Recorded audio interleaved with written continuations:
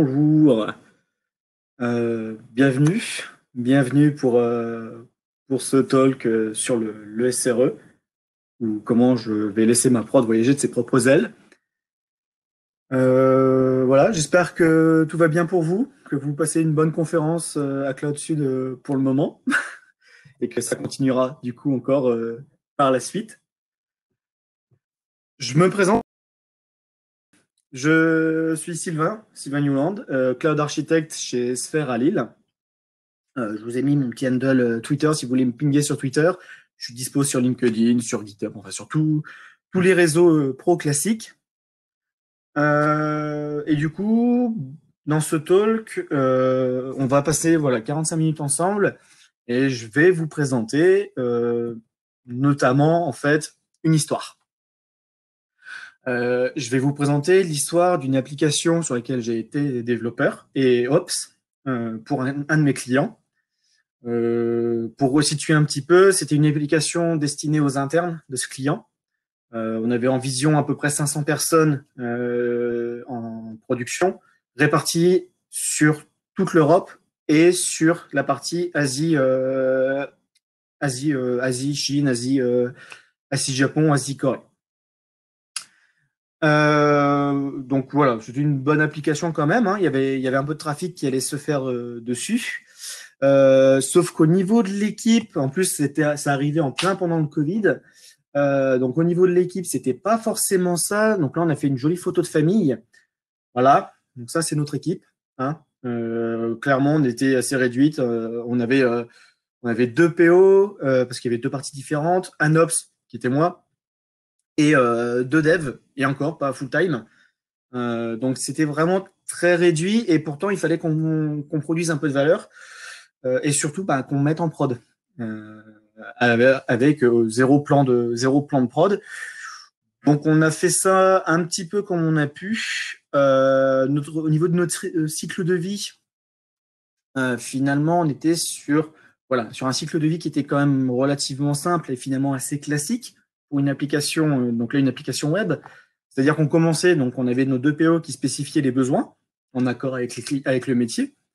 Une fois qu'on avait ce besoin, les devs commençaient à implémenter l'application, les features et à préparer le package à déployer. Donc ça, ça roulait bien. Puis après, ils m'envoyaient ça à moi l'Ops et moi je m'occupais de déployer et de faire le maintien en condition opérationnelle. Donc ça, on est quand même sur du cycle de vie assez classique pour une application. Donc normalement, à la fin, on est censé tous être comme ça, en train de fêter les mises en prod et tout est super génial. Sauf que dans la réalité, en fait, ce qui se passait, c'était plus ça. C'est-à-dire qu'en fait, dans une mise en prod sur trois, on avait les users qui trouvaient très rapidement un bloqueur ou une régression, qui du coup nous balançait ça en mode qu'est-ce qui se passe. Donc on avait plusieurs comportements qui se mettaient en place. Les PO qui essayaient de temporiser et globalement qui étaient un petit peu en panique. Moi qui en tant qu'ops rollbackais au plus vite la version parce que du coup on va pas laisser le bloqueur et embêter les gens. Et les devs qui soupiraient un grand coup, qui se retroussaient les manches et qui étaient partis pour faire de la correction en urgence. Donc là où on aurait dû tous être contents, en réalité, sur une mise en prod sur trois, nos têtes, c'était plus ça. Voilà, on était tous plus en train de pleurer qu'autre chose. Ça impliquait pas mal de choses, ce genre de déploiement foiré.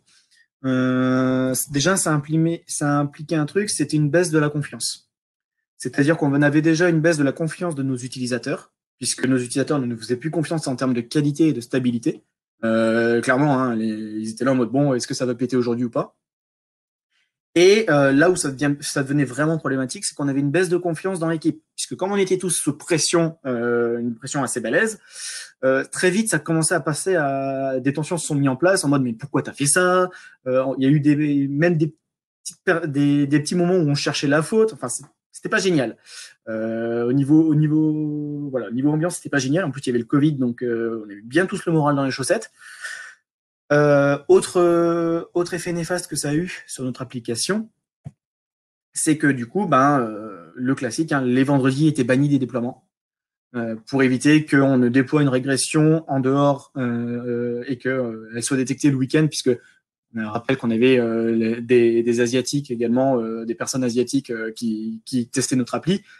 Donc, potentiellement, ils pouvaient détecter des bugs quand nous, on ne travaillait pas et éviter de les repérer, de laisser 3 jours une version bloquante pour les repérer que le lundi. Donc, du coup, on avait banni les vendredis du déploiement, ce qui, du coup, veut dire qu'on avait un jour de moins par semaine pour pousser des changements. C'est pas génial, déjà, en termes de délai, sachant qu'on était déjà ric-rac. Autre problème, c'est que si jamais il y avait des soucis qui arrivaient un vendredi, parce que ça pouvait arriver, hein, clairement, un hotfix ça passait un vendredi, ou alors les utilisateurs qui se rendent compte qu'une base elle est partie en sucette le vendredi. Euh, la tête de l'équipe était un peu comme dans le slide là, c'est-à-dire qu'on était tous bien angoissés, on se mettait tous à trembler, certains allaient se mettre dans un coin pour pleurer, voilà, parce qu'on n'avait qu'une seule peur, c'était de refaire une erreur sur un déploiement le vendredi et du coup réenchaîner sur 3 jours d'indispo, parce qu'on n'avait pas de mécanisme d'astreinte de disponible. Ouais, donc c'était pas génial. Autre problème également qui se posait, c'était ce que j'appelle la dynamique du fixe. La dynamique du fixe, en fait, c'est comment ça se passait pour corriger un bloquant quand il arrivait en prod. Déjà, premier problème, il fallait qu'on attende que l'utilisateur remonte le bloquant. On n'avait pas de test, ou peu. Donc, on déployait, et puis généralement, pour nous, tout allait bien jusqu'à ce que l'utilisateur nous dise non, non, ça marche pas. Deuxième problème, c'est qu'il fallait qu'on récupère les logs avant leur rotation, parce qu'on avait masse de logs qui se faisaient. La rotation sur les serveurs était mal configurée. On pouvait avoir en plus des remontées de régression qui pouvaient être faites une semaine après l'introduction du bug. Donc le temps qu'on aille chercher les logs, dans la moitié des cas, on avait déjà plus les logs et il fallait qu'on s'amuse à essayer de reproduire. Donc justement, c'était le but. Après, c'était de taper une reproduction locale. Donc voilà, si c'était possible, parce que des fois c'était pas possible, étant donné que ça n'arrivait que sur la prod, les fameux bugs aléatoires hein, qui ne sont reproduisibles que sur la prod. Une fois qu'on avait réussi à reproduire, on pouvait commencer les développements du fixe, tester le fixe, voilà, ça passait les différentes étapes, qualif, pré-prod, et après, bam, ça partait en prod. Donc là, sur le moment où un utilisateur nous remonte un bug bloquant ou une régression et le moment où on met en prod, il pouvait se passer facile une semaine complète. Autant vous dire que quand on a lancé les enquêtes satisfaction après 3 mois de prod, voilà, c'est un petit peu fait déglinguer. Les utilisateurs voilà, a raison, hein, clairement. On a un peu pris cher. Donc finalement, on s'est dit qu'on ne pouvait pas rester comme ça, parce que l'équipe, elle est complètement cramée, que ce soit mentalement ou sous la charge. On a regardé un petit peu pour mettre en place d'autres choses. Et on a suggéré de mettre en place le SRE. Donc le SRE, en fait, finalement, c'est quoi le SRE? On en entend toujours parler, mais qu'est-ce que c'est le machin? SRE, c'est pour Site Reliability Engineering. Donc littéralement, ingénierie de la fiabilité des sites dans la langue de Pierre Bellemare. Et la partie importante, c'est vraiment la fiabilité. Voilà. Le but, c'est que introduire des concepts qui font que votre site va être fiable, votre application va être fiable et va du coup envoyer plus de confiance à vos utilisateurs. C'est parti d'un constat très simple, en fait, le SRE, c'est que les PO veulent des nouvelles features, tout le temps. Le but, c'est de garder l'utilisateur, de garder l'attrait de l'utilisateur, de faire en sorte que l'utilisateur soit toujours, et toujours tout ce qu'il veut dans notre appli. Donc, en gros, les PO poussent les features pour essayer de ramener le maximum d'utilisateurs et donc ils veulent un max de changements. En parallèle, on a aussi un autre problème, c'est que les ops, eux, ils ne veulent qu'une seule chose, c'est de la stabilité. Le but, c'est d'être dispo tout le temps. Et une application qui est dispo tout le temps, c'est une application stable, en fait. Donc, pour être stable, comment on arrive à avoir ça? Il faut le moins de changements possible. Autrement dit, on a d'un côté les PO qui veulent le plus de changements et les ops qui veulent le moins de changements. Donc, quand on leur demande comment on fait pour pour avoir la satisfaction utilisateur, en gros, ça donne ça. Voilà, on part complètement dans des directions opposées. Alors qu'on veut finalement la même chose. Donc le SRE, en fait, il va se poser pour aider à ramener cette satisfaction utilisateur tout en gardant cette stabilité et cette possibilité de donner des nouvelles features, délivrer de la nouvelle feature au plus vite. Donc le SRE, en fait, finalement, est-ce que c'est un outil? Ça peut être un outil. Vous pouvez le voir comme un outil. Moi, personnellement, je préfère le voir comme une mentalité. Il faut vraiment penser SRE. Toujours penser à la disponibilité avant de se dire, bah, tiens, je vais mettre deux outils qui vont faire, je sais pas, je vais dire une bêtise, je vais mettre un Datadog et je vais mettre un SLO Generator et bam, voilà, j'ai mon SRE. Oui, il y a de ça, mais par contre, si vous continuez à garder une mentalité à base de non, je veux rien toucher ou alors je fais pas de test, bah, vous n'êtes pas forcément dans le bon état d'esprit pour moi. Le SRE, ça peut également être le rôle d'une personne dans notre équipe. Vous pouvez dire, comme on a un Ops, on a un Dev, on a un PO, on a un responsable SRE au sein d'une équipe ou au sein même juste avoir une team dédiée. Personnellement, je conseillerais plus que le SRE soit le rôle de toute l'équipe.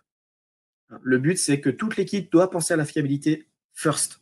Par exemple, le PO, dans sa spec, quand il va faire ses specs et ses features, il faut qu'il pense à la fiabilité d'une feature. Qu'est-ce qui se passe si ma feature ne fonctionne pas? Quel est le plan de rattrapage? L'Ops, il doit également penser à la fiabilité first. Est-ce que ce que je vais mettre sur mon système sera correctement monitoré? J'ai une nouvelle feature qui s'introduit, comment je vais pouvoir la monitorer en production? Et les développeurs également doivent penser à la fiabilité. Alors certes, on va penser tout de suite au test, mais un autre grand step de fiabilité, c'est les logs. Un développeur qui met des logs à chaque fois qu'il se prend une exception, c'est une bonne chose, mais ça peut être bien aussi de mettre des logs pour savoir où on en est dans la feature, dans le cheminement de la feature. Comme ça, on arrive à savoir où en est notre feature en production. Et le SRE, comme je vous disais, ça peut également être une team spécifique chez vous, voire même un département complet. Hein. Par exemple, Google, ils ont une division complète de SRE avec plus de 1000 personnes dedans pour tous leurs produits. C'est complètement possible parce que du coup, vous pouvez avoir une gouvernance qui se met en place. Mais pour moi, ça n'exclut pas le fait que ça doit également être porté par chaque team. Chaque équipe doit porter le SRE. C'est pas parce qu'on a une équipe qui va faire du SRE que vous laissez tomber le bazar et que vous leur refilerez le bébé. Non, le but c'est que voilà, eux ils vont vous donner cette équipe dédiée vous donnera la gouvernance, mais ça sera à vous quand même de penser à vos SRE. Vous êtes le mieux placé, puisque vous connaissez votre produit, vous êtes les mieux placés pour penser à votre fiabilité. Utilisez cet avantage. Dans le SRE également, on a un adage qui est utilisé assez souvent, qui est l'espoir, c'est pas une stratégie. Souhaitez le meilleur, mais préparez-vous pour le pire. C'est typiquement la loi de Murphy. C'est si quelque chose de mal peut se passer, ça se passera. On l'a vu là il n'y a pas tellement longtemps, à savoir hier, avec le data center d'OVH qui a flambé, le nombre de personnes qui ont perdu leur business. Pourquoi? Parce que ils n'ont pas forcément pensé qu'un data center, ça pouvait tomber. Et qu'il faut répliquer. C'était à leur charge de répliquer. Donc c'est toujours penser au pire. Ça peut être des problèmes très simples et très techniques comme une base de données qui se viande, ou alors des problèmes moins simples et beaucoup moins techniques, genre pandémie mondiale. Donc tout ça, voilà, ça finalement c'est un peu la théorie du SRE, c'est en gros le but c'est de penser à la fiabilité et de faire en sorte à ce que tout le monde aille dans la fiabilité. En pratique, ça donne quoi le SRE?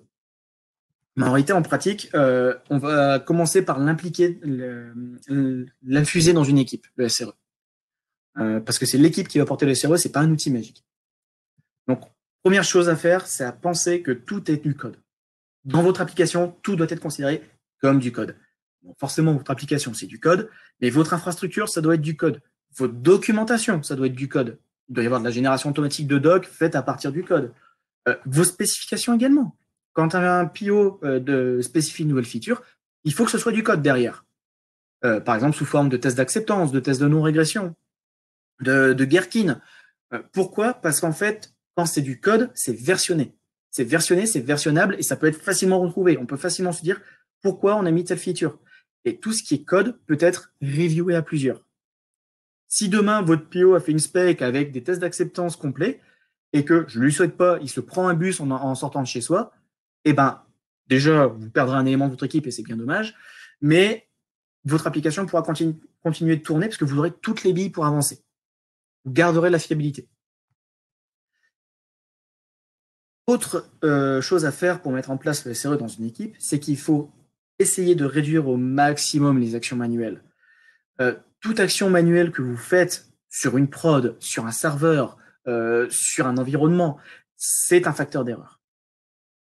Je vais prendre l'exemple très simple, mais vous vous réveillez d'une astreinte à 3 heures du mat, vous avez la tête en vrac, vous vous connectez sur un serveur de prod, soit vous allez faire un patch crado parce qu'il est 3 heures du mat et que vous allez l'oublier le lendemain quand vous allez vous réveiller de le documenter, soit vous allez carrément faire une bêtise parce que vous avez la tête en vrac.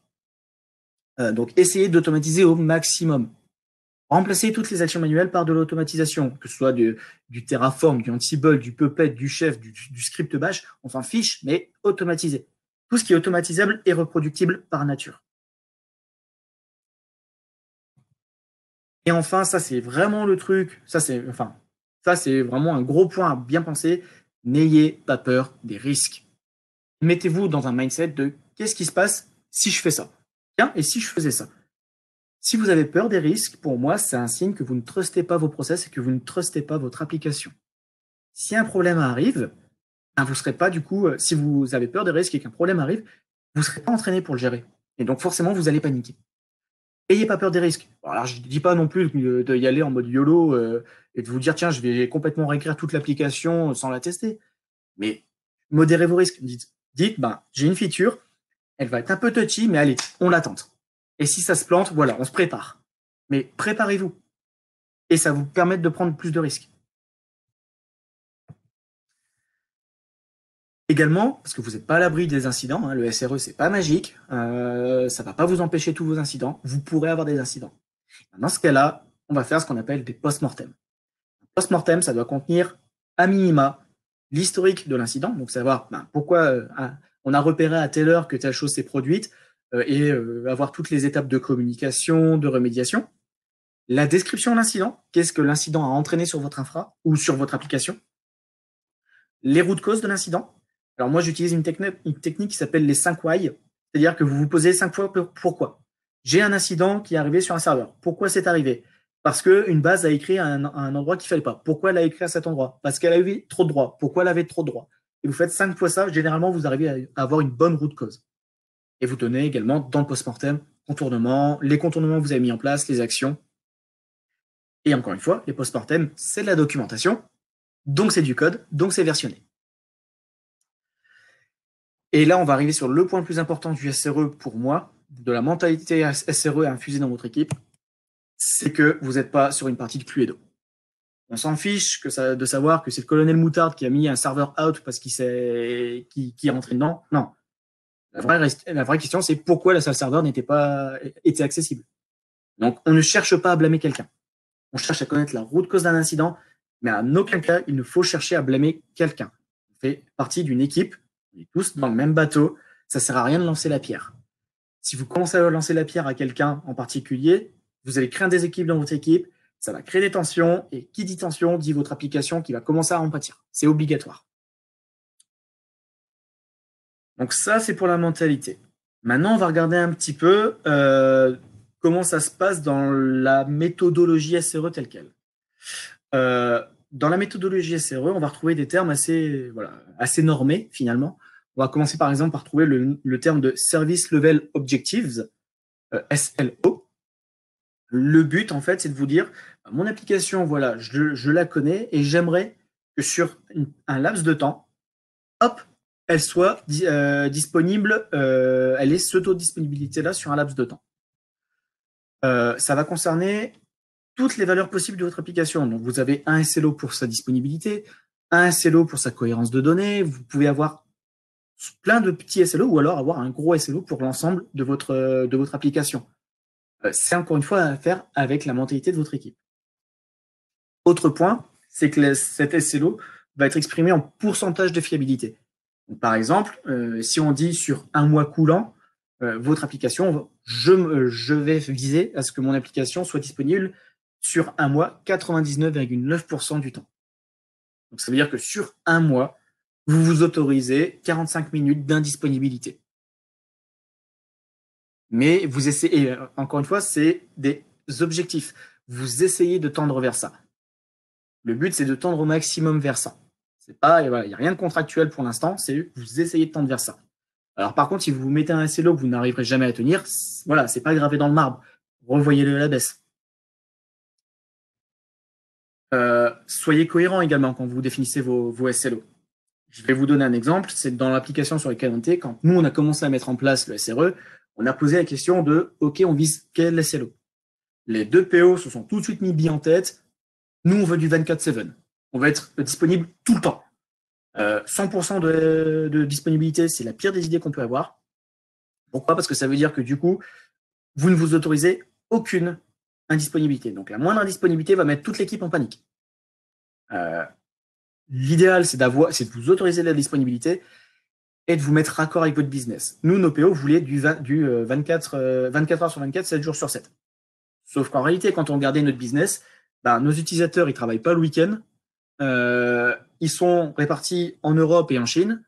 Donc en réalité, au lieu d'avoir un taux d'occupation des serveurs de 24 heures, 7 jours sur 7, on avait un taux d'occupation de 18 heures, 5 jours sur 7. Donc forcément, vous réadaptez vos SLO en fonction. On n'avait pas beaucoup de requêtes voilà. On n'avait pas une grosse charge de malades. Donc en fait, on s'était autorisé 1 heure d'indispo pareil par semaine. Aucun problème. Pour moi, si vous me dites que vous voulez mettre sur 70% d'SLO, fine, allez-y. C'est vous qui voyez. Mais 100%, c'est une mauvaise réponse.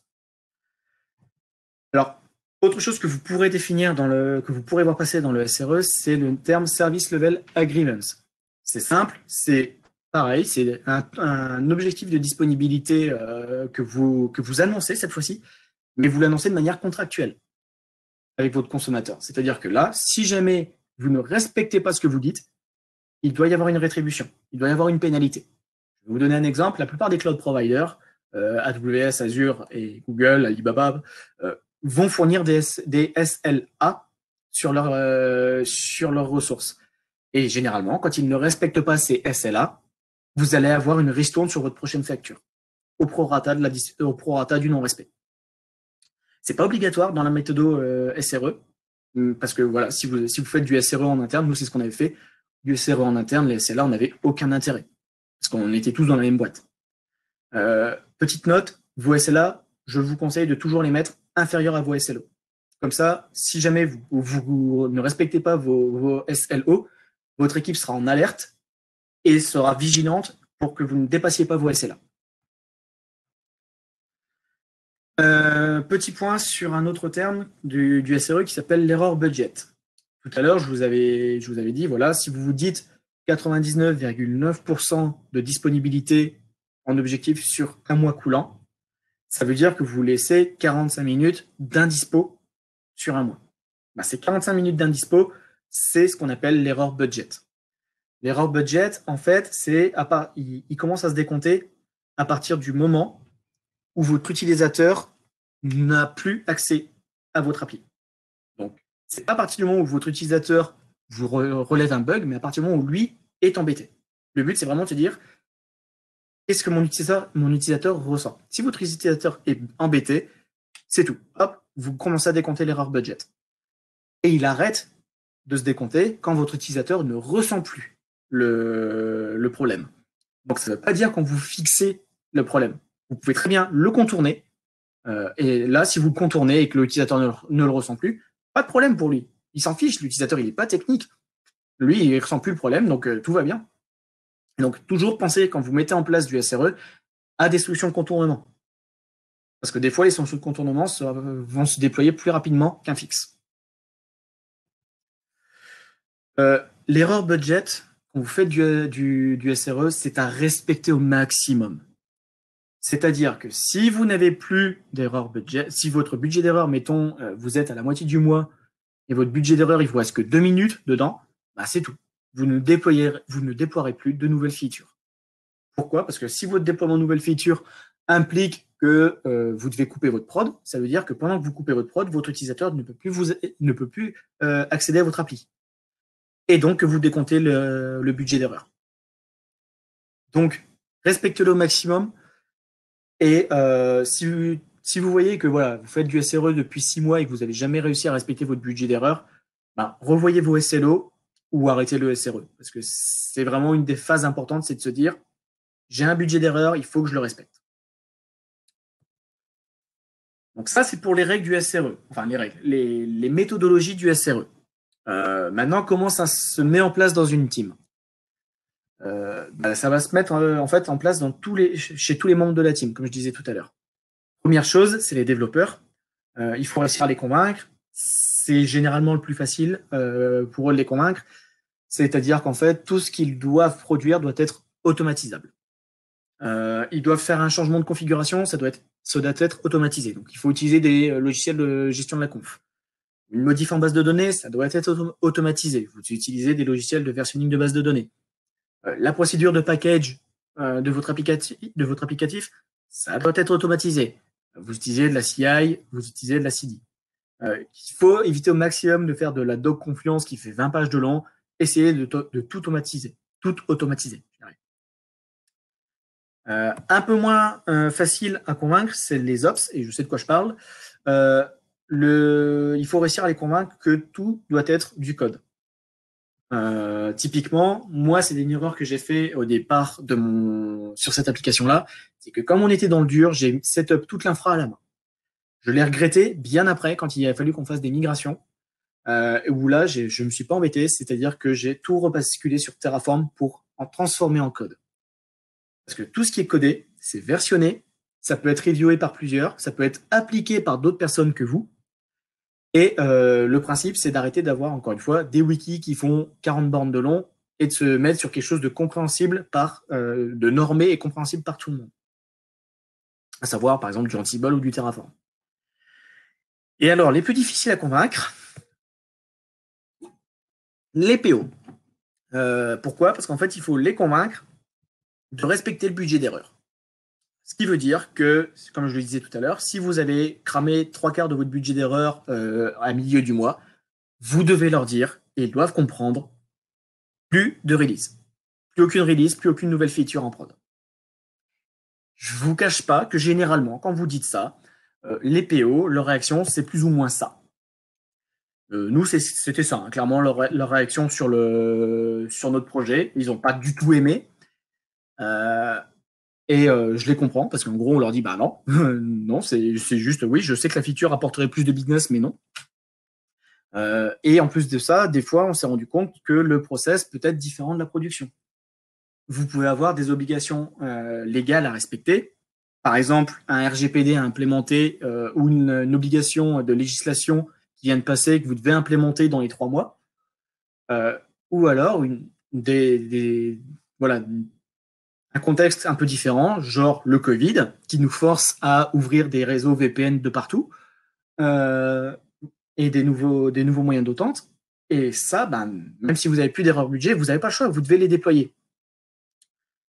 Pour ça, sachez qu'il y a une solution. Moi, c'est comme ça que je l'avais présenté à mes PO et ils l'ont plutôt bien accepté du coup. C'est que voilà, vous faites un compromis et vous utilisez ce qu'on appelle la balle en argent, donc la silver bullet. La balle en argent, le principe, c'est que c'est un veto que vont avoir les PO. C'est-à-dire qu'ils vont avoir cette balle en argent et qu'ils vont pouvoir dire, non, moi je pose une balle en argent, donc là-dessus, c'est veto, on bypass tout le process SRE et on part en prod. On a pu essayer d'erreur budget, c'est pas grave, ça part en prod. Donc là, c'est vraiment le gros veto.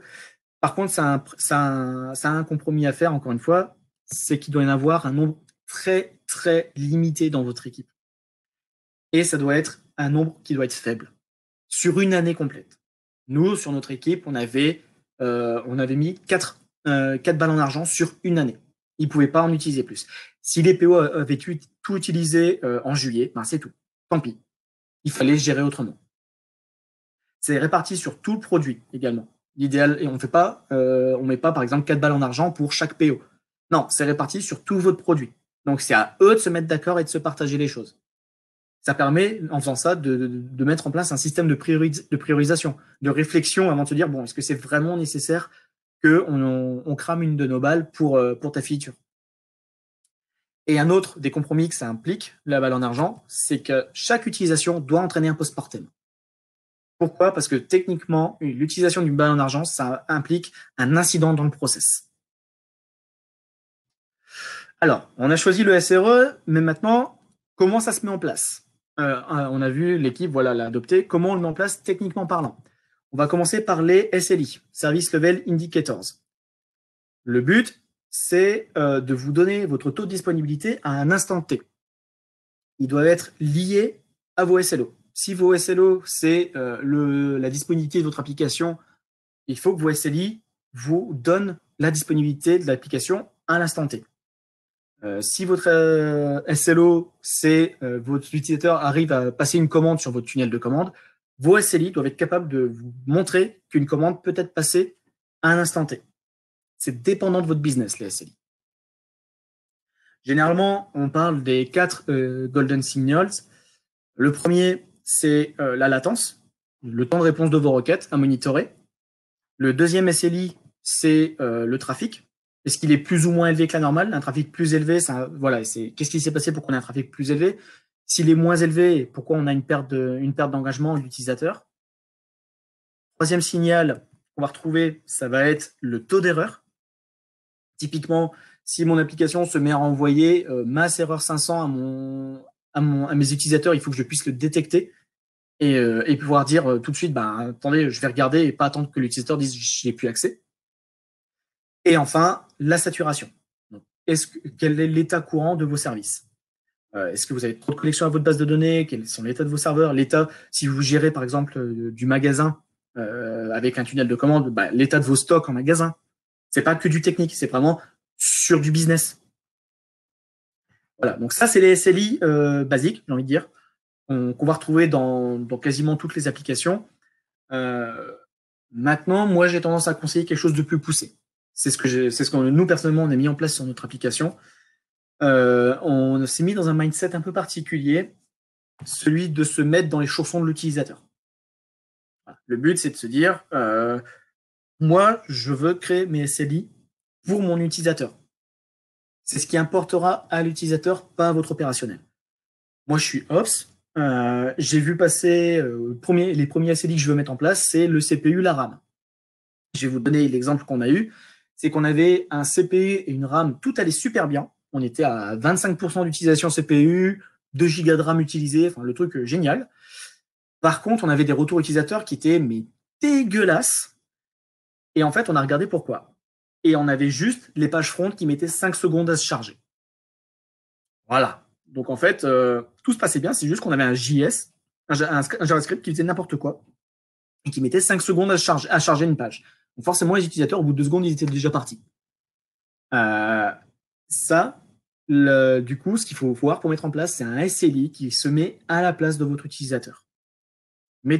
Cherchez ce qui apporte de la valeur à votre utilisateur et mettez en place des indicateurs sur cette valeur.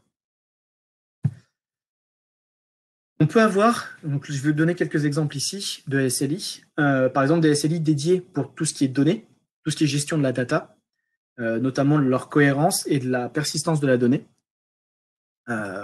Les classiques, on peut regarder pour tout ce qui est données des indicateurs sur le trafic, le ratio lecture-écriture, sur la saturation, sur la saturation des disques, des connexions, du réseau. Voilà, ça, c'est les classiques de la donnée, des indicateurs de données. Nous, ce qu'on a mis en place et ce que je vous conseille également, je peux vous conseiller également, c'est ce que j'appelle les Golden Records. C'est-à-dire que vous allez forger dans votre base de prod directement une donnée qui ne sera pas affichée, qui ne sera pas accessible aux utilisateurs, mais une donnée cohérente de test. Et vous allez avoir un bot qui va passer et qui va de temps en temps chercher cette donnée et l'utiliser pour la faire passer au travers de votre process utilisateur. Le but, c'est de simuler un utilisateur qui va prendre une donnée et utiliser votre process que vous voulez monitorer. Le Golden Records, en fait, vous la forgez de telle manière à ce que vous connaissez son état une fois qu'elle a fini de passer tout votre process. Comme ça, votre bot prend votre donnée, la fait passer votre process, vous vérifiez l'état final. Si ça correspond, s'il n'y a pas eu de corruption de données, s'il n'y a pas eu, si la donnée a bien été enregistrée dans les temps et avec le comportement attendu, votre bot va supprimer la donnée de test de la base pour la réinsérer plus tard.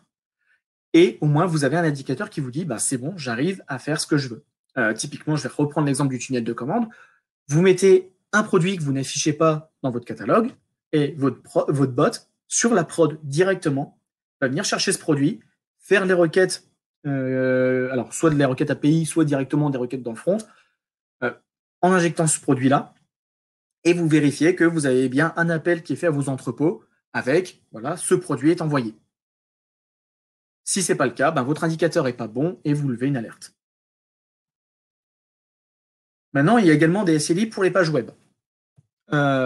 Encore une fois, les classiques, les codes de retour HTTP, est-ce qu'on renvoie bien un bon taux de 200 ou de 500, la télémétrie, le taux de conversion des utilisateurs, et les bots end-to-end. Même chose que les Golden Records. Mettez un bot qui va simuler l'utilisation de votre application web directement, comme ce que fera un utilisateur. Là, vous mettez des tests d'acceptance, des tests de non-règles, vous pouvez faire des scénarios de la même manière sur votre prod directement. Et vous vérifiez les temps de réponse, vous vérifiez que les pages sont accessibles, que votre connexion est possible, et vous avez les retours utilisateurs. Donc, nous, voilà, au niveau de l'équipe, on a réussi à la convaincre. On a mis en place un bot end-to-end avec Cypress et des Golden Records qui tournaient toutes les heures. En fait, déjà ça apporte un truc, c'est qu'on n'a plus l'œil sur la prod tout le temps. Et on arrivait à détecter des erreurs, donc par exemple un service down, des problèmes de navigation, avant les remontées utilisateurs. Donc déjà, on regagnait de la confiance de nos utilisateurs parce qu'ils venaient nous voir en disant il y a un problème là, et au lieu de leur répondre ah attends, je vais regarder, on leur répondait on sait, on est déjà dessus. Ça sera livré dans 10 minutes. Donc déjà, on est un peu plus proactif et nos utilisateurs regagnent en confiance en disant ok, là les mecs, voilà, ils sont conscients de leur prod. Donc ça, c'est la première étape. Déjà, si vous arrivez à ça, vous verrez que votre équipe va diminuer en tension et votre application va gagner en qualité et en confiance. Maintenant, on va passer carrément à l'étape supérieure. Laissez la prod se réparer elle-même. Une production, c'est un logiciel. Un logiciel, c'est comment dire, ça peut être reproductible. Un logiciel a toujours la chose que vous lui dites de faire. C'est logique. Donc, techniquement, on doit pouvoir laisser une prod se réparer elle-même. Pour ça, ça va commencer déjà par une première étape, c'est mettez en place votre alerting. Il faut que votre prod soit capable de vous alerter sur « Attention, je ne vais pas bien ». Et si je peux vous donner un conseil, mettez en place l'alerting sur les environnements de test. Attendez pas d'être en prod pour mettre en place votre alerting. Pourquoi? Parce que vous verrez que dans tous les cas, vous aurez des alertes, un maximum d'alertes que vous auriez dû avoir en prod, vous les aurez déjà en test et vous les aurez déjà fixées sur vos environnements de test.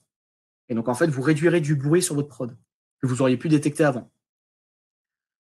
Une fois que vous avez votre alerting, faites des stats à long terme. C'est-à-dire que mettez pas de l'alerting juste sur un mois, ça sert à rien. Mettez de l'alerting dès le départ et laissez couler. Faites du monitoring et laissez couler. Le but, c'est de faire un ratio d'apparition de vos incidents et de vos alertes. Donc voilà, je sais que tel incident, mettons une base de données plus accessible, ça a popé 5 fois dans le mois. Telle autre chose, ça a popé 30 fois dans le mois. Également, dans ces statistiques, mettez vos SLI, vos indicateurs et vos post-mortem. Comme ça, vous aurez une sorte de cartographie de vos incidents par poids de priorité. Ensuite, si vous voulez automatiser les corrections, commencez petit. Vous dites pas, allez, on stoppe tout et on corrige tout. Non, vous prenez un incident. Alors, il y a plusieurs solutions. Soit vous prenez celui qui a le plus faible poids de priorité, si vous avez peur de trop prendre de risques. Soit vous avez confiance dans votre process et vous prenez celui qui a le plus fort poids de priorité pour le dégager tout de suite. Et voilà, vous en choisissez un seul dans toute cette cartographie de stats que vous avez. Faites-vous une liste à partir de cet incident de toutes les actions manuelles que vous avez dû faire pour le corriger les autres fois. Donc, voilà, c'est normal de faire des listes. Faites-vous une liste. Une fois que vous avez cette liste, vous scriptez la liste. en Bash, en Python, ce que vous voulez, je m'en fiche, mais scriptez cette liste d'actions manuelles. Le but, c'est de ne plus avoir un humain derrière, mais une machine qui fasse exactement la même chose. Et alors là, ça devient rigolo parce que maintenant, vous pouvez carrément, vous avez de l'alerting d'un côté, des scripts de correction que vous avez écrits et qui corrigent votre incident. Bah, il suffit juste de les chaîner.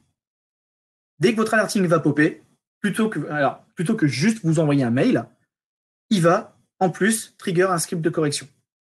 Et du coup, votre prod, au lieu d'attendre avant que l'utilisateur vous dise il y a un problème et de lui dire je sais, je suis dessus, vous lui direz l'utilisateur va commencer à écrire son message il y a un problème, il n'aura pas le temps de finir, que votre script aura remis en place déjà le système.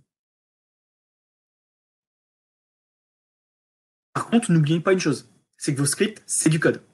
Et que comme tout code, ça doit être testé. Et donc testé souvent, ça veut dire que vous devez systématiquement, sur votre pré-prod, rejouer ces scripts. Vous devez faire en sorte à déclencher ces incidents pour les retester, que l'alerting trigger bien le script et que le script fait bien ce que vous voulez. Si jamais votre scripting tombe, il faut que vous puissiez soyez alerté que votre script de rattrapage ne marche plus et que vous puissiez le refaire manuellement. Ça, c'est voilà, toujours le principe de la ceinture et de la bouée. C'est exactement le même principe. Vous avez une partie de votre application, du coup, en faisant ça, qui sera couverte par de l'automatisation. Donc, qui sera automatisée et testée. Mais vous aurez toujours une partie qui sera couverte par un facteur humain. Ça, vous ne pourrez pas réussir à faire tous les incidents. Ou alors, ça va vous prendre vraiment beaucoup de temps. Mais vous aurez toujours un facteur humain. Et un facteur humain, ça se teste également. Donc, faites ce qu'on appelle des disaster recovery tests. Crachez un service en prod sans prévenir l'équipe. Vous vous mettez d'accord avec votre TL et votre business leader et vous crachez un service en prod. Donc, le chaos engineering, le DIRT, Disaster Recovery Test, faites péter un truc en prod. Et monitorez le temps que va mettre votre équipe à réagir et à corriger. Alors, bien sûr, préparez un système de rollback si jamais votre équipe elle est complètement aux fraises. Hein. Mais ça se déroule également, des tests, au niveau de vos personnes. Et du coup, à la fin, vous avez quelque chose de stable. Nous, sur notre application, on avait un système qui, à chaque fois que la base, parce que c'était le gros point de problème, c'était la base qui saturait, dès que la base, elle saturait, automatiquement, on avait un script qui allait switcher sur la base de secours. Dès que la primaire, elle finissait de tomber, on avait l'autante qui se mettait ensuite qui n'était pas hyper stable. Dès que l'autante était plus stable, on switchait sur un deuxième système d'autante géré en interne. Tous les messages qu'on recevait pour la base de données étaient processés en double si jamais il y avait la base de données qui tombait pour éviter une perte de données. Et on avait, rien qu'en mettant ça en place, ces deux systèmes d'autante et de base de données avec des switches, on a eu un taux de bug qui a été divisé par 3 en quelques sprints. Donc finalement, le SRE, pour conclure, ça apporte quoi ? Ça va apporter une fiabilité dans votre application. Qui dit fiabilité, du coup, dit résilience à la panne et à la perte de données. Vous perdrez moins de données, vous ferez moins de panne. Et du coup, votre team prendra beaucoup plus confiance dans votre produit et dans vos process. Elle n'aura plus peur de gérer des incidents, puisqu'elle sera entraînée, elle saura qu'il y a des trucs solides derrière. Et du coup, ça va entraîner également de la confiance de vos utilisateurs. Ils vont aimer la qualité de vos données, ils vont voir que voilà, c'est stable, ils peuvent y aller franco. Et qui dit confiance utilisateur dit argent. Ça apporte plus de business. Donc finalement, tout ce temps que vous avez passé à mettre en place de la stabilité, ça vous rapportera toujours plus d'argent. Vous passerez toujours plus, vous réduirez votre MTD, vous réduirez vos temps de résolution d'incidents, et finalement, vous rapporterez plus d'argent. Donc, je rappelle quand même que le SRE, c'est une mentalité à adopter dans une équipe. C'est pas un outil magique. C'est à adapter à vos besoins. Faites pas du SRE by the book. Il y a des livres qui existent, mais adaptez-le à ce que vous faites, à ce que vous savez faire. Et vous n'êtes pas Facebook. Si vous n'avez pas besoin de mettre en place 40 millions de réplicas, vous ne le faites pas. Adaptez-vous à votre business uniquement. Voilà. Est-ce que vous avez des questions? Si oui, je vais les prendre dans le chat. Et sinon, vous avez l'open feedback qui est disponible ici pour laisser un petit feedback. Ça fait plaisir à tout le monde. Et moi, ça m'aide à améliorer. Ça aide aussi les organisateurs. N'hésitez pas.